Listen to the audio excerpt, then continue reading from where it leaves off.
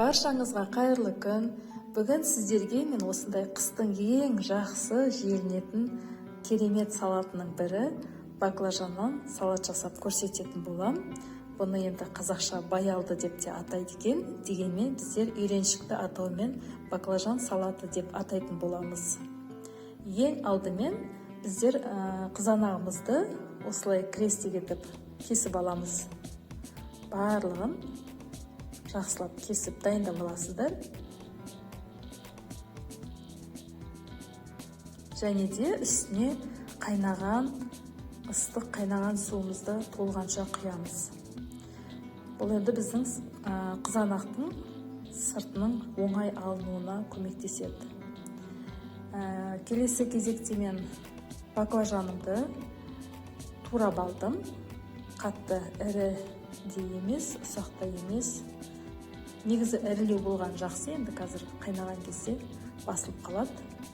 Және осы дайын болған баклажаныма үлкен бір қасық тұз салып, баклажаныңызды қыспай, жайменде барлық жеріне тұз тигенше араластырасыздар. Осылай араластырып алғаннан кейін мен оны сүзгіге салып қойдым. Астына артық суы ағу керек.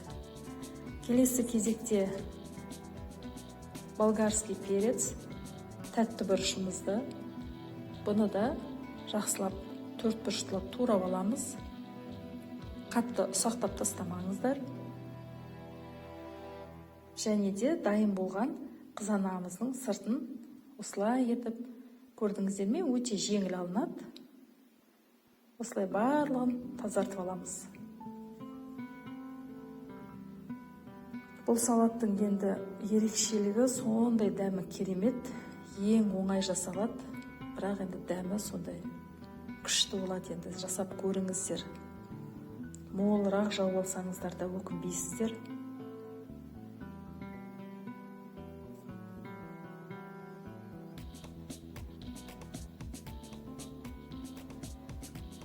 Барлығын сыртын тазартып алғаннан кейін қызанағымызды да ірілеу етіп тураймыз. Ет тартқыштан өткізбейміз. Неғұрлым ірілеу болғаны жақсы. Салатымыздан көрініп тұру керек. Езіліп жоқ болып кетпеу керек. Барлығын турап алғаннан кейін енді пиязымызды да дәл солай ірілеу етіп төрт бұрыштылап тураймыз. Барлық дайын болған ингредиентімді енді қуырамыз. Қазанымызға 300 грамм майымды құйып, қатылап қыздырып алдым. Және де осылай пиязыңызды салып, қатты қызып тұрған майға салуыңыз керек. Қақпағын ашып, 20 минут қуырып алдым. Қатты отта қақпағын жаппастан қуырасыздар. Осындай дайын болған пиязының үстіне енді помидорымызды құямыз. Помидорды да қатты отта 15 минуттай қуырасыздар. Араластырып тұрып, осындай бізде керемет салмасы дайын болды. Барлығын жақсылап араластырып, енді келесі кезекте тәтті бұрышымызды саламыз. Барлық ингредиентті қақпағын ашық күйде қуырамыз. 15-20 минуттан араластырып тұруларыңыз керек. Асты күйіп кетпеген қарап тұрасыздар. Осындай бізде керемет подливамыз, салатымыз дайын болып жатыр. Енді осыны астын шамалап басып, біздер енді жаңа баклажанымыздың астынан артық суы ақты, ол суы керек емес. Баклажанымызды қайнап жатқан салатымызға саламыз. Барлығын салып, астынан жоғары қарай жақсылап араластырып аласыздар. Тарсылдатып, бір қайнатып, мен енді баяу, қатты жайда емес, қатты да емес отта осылай етіп қайнатып жатырмын. Баклажан көрдіңіздер ме, қайнаған сайын ингредиенттеріміз азайып жатыр. Өзінің суына жақсылап пісетін болады. Енді осы дайын салатымыздың үстіне мен тұзым мен қантымды салдым.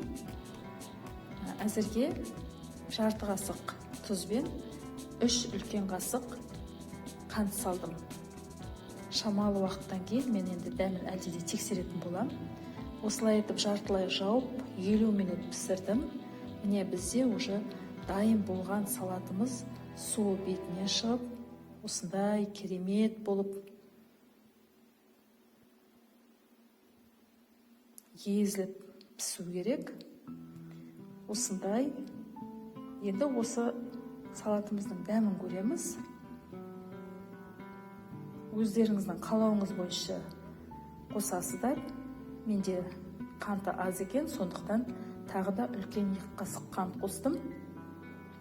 Сіздерге енді тәтті болған қаламасаңыздар, мүмкін тұзын қосасыздар, дәміне қарай қарайсыздар.